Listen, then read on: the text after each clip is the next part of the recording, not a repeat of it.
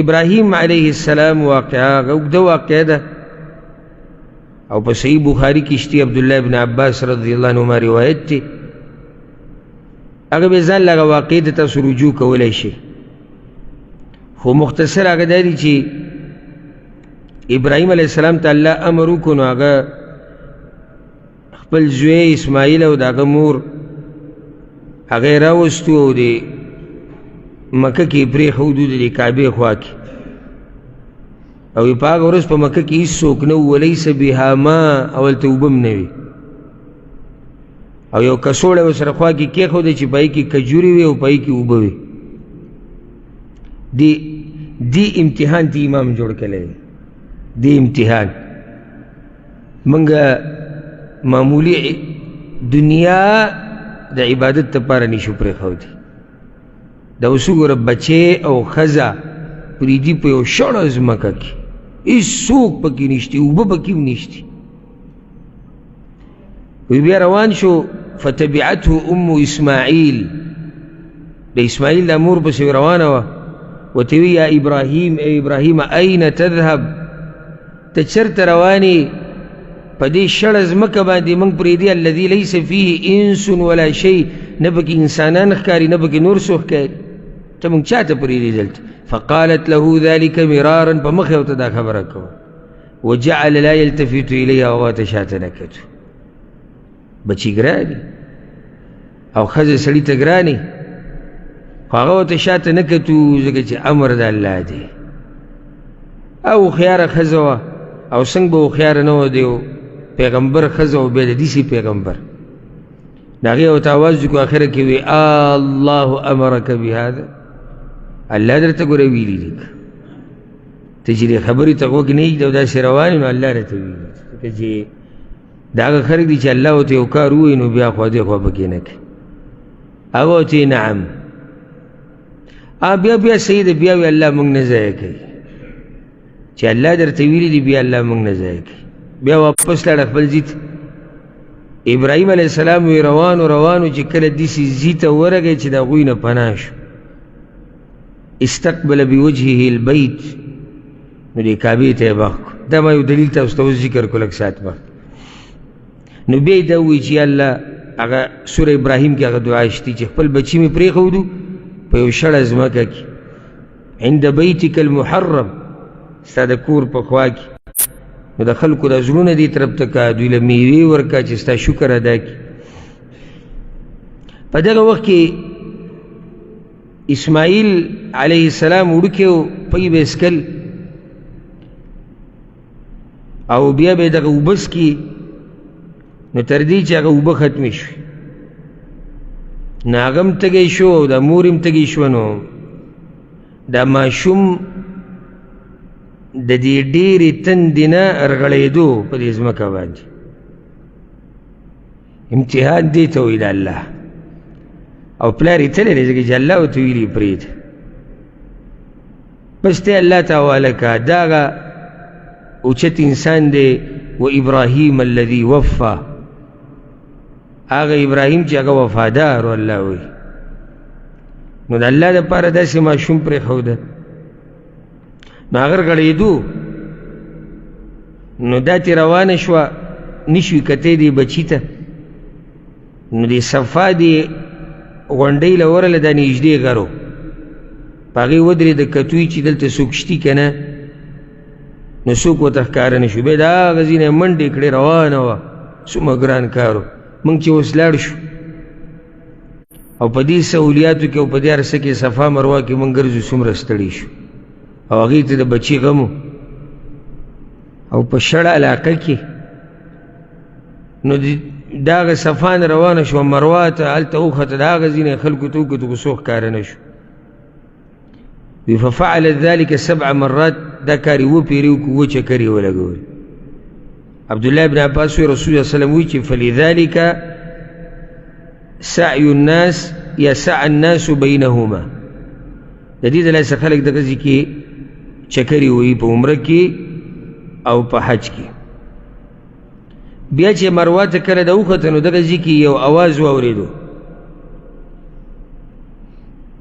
نو چې کله یې غوږ کېښودو نو هغه په ملایکو کې یو ملک د زمزم د اوبه چې له کوم ځای نه راوتې دقه ځای سره خوا کې نو د خپل وزرې دغه ځمکې د راواچو نو د هغې نه اوبه راووتې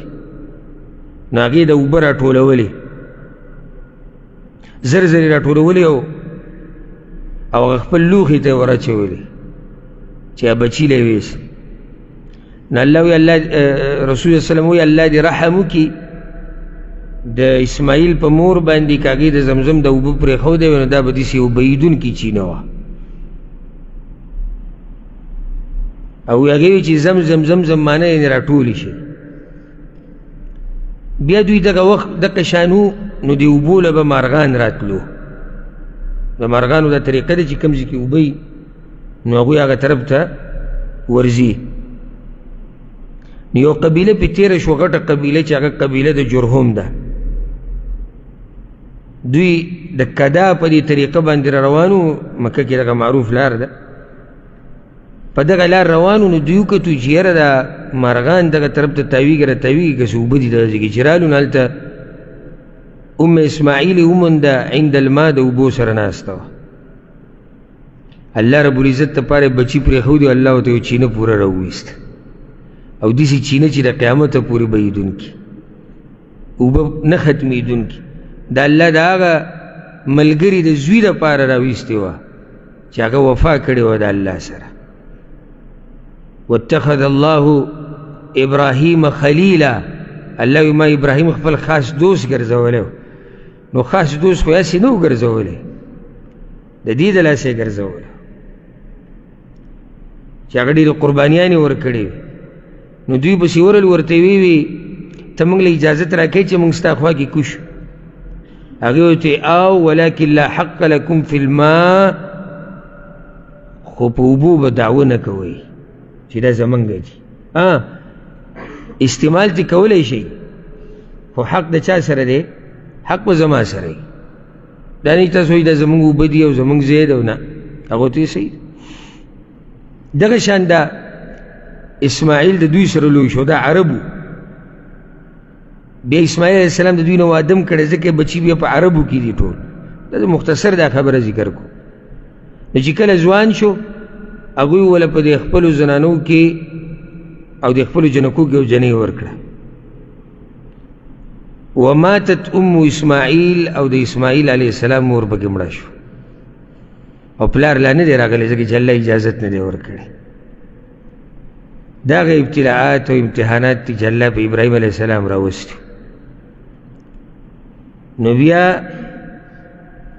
څه وخت بعد ابراهیم علیه السلام راغی چې اسماعیل علیه السلام واده کړی نو نیندارې له راغی اسماعیل علیه السلام یې ونه موندو تپوس یې وکړو د هغه د ښځې نه نو هغه زموږ دپاره وتی دی سره وړي نو یاسې ستاسو ژوند څنګه دی نو هغې ورته نحنو بشر ژوند هم ښه نه دی ژوند هم تنګ دی او ښه شکایتونه وکړو نو هغه ورته وایي چې کله د خاوند راشي زما سلام به ورته ووایي ورته ووایي چې یغیر عتبة بابه د خپل کور د دروازې دا چوکاټ دی بدل کړي اسماعیل راغی علیه السلام چې پوه شو ګوره څوک راغلي وکړو ویاو داسې یو بوډا راغلی و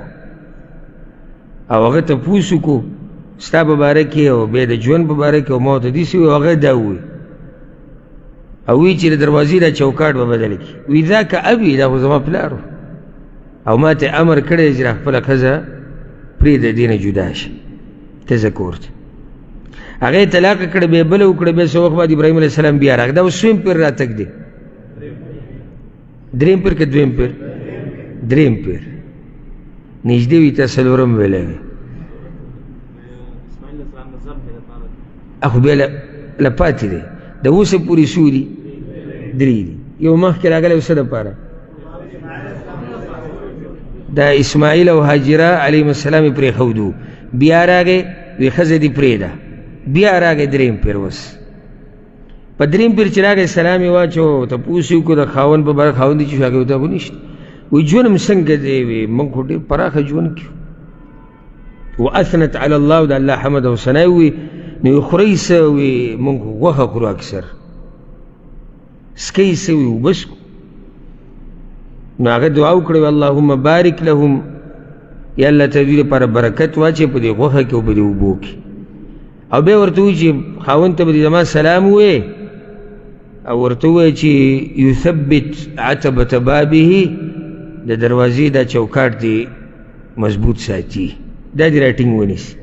اسماعیل علیه السلام راغی وایي څوک راغلی وایي داسې داسې کس و دا یې وایي دا زما پلار او ما ته وایي چې ته به ما سره یې. بیا څه وخت تېرېدو نو بیا ابراهیم علیه السلام یو پیر راغی، دا اوسویم پیر څلورم، او اسماعیل علیه السلام لګیاو د دې زمزم د دې کوی سره د کځي کې لګیاو. وی چې کله ولیدو قام الیه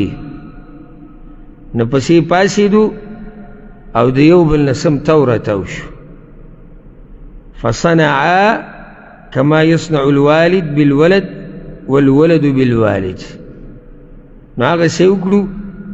چې کله پلار او زوی د یو بل سره ډېر وخت بعد میلاو شي، یو بل سره کوي، یو بل ښکل کړو، یو بل له جوختې غاړې ورکړې. بیا ورته یا اسماعیله الله ما ته یو امر کړی دی چې ته به پکې ما سره مرسته وکړې او که نه.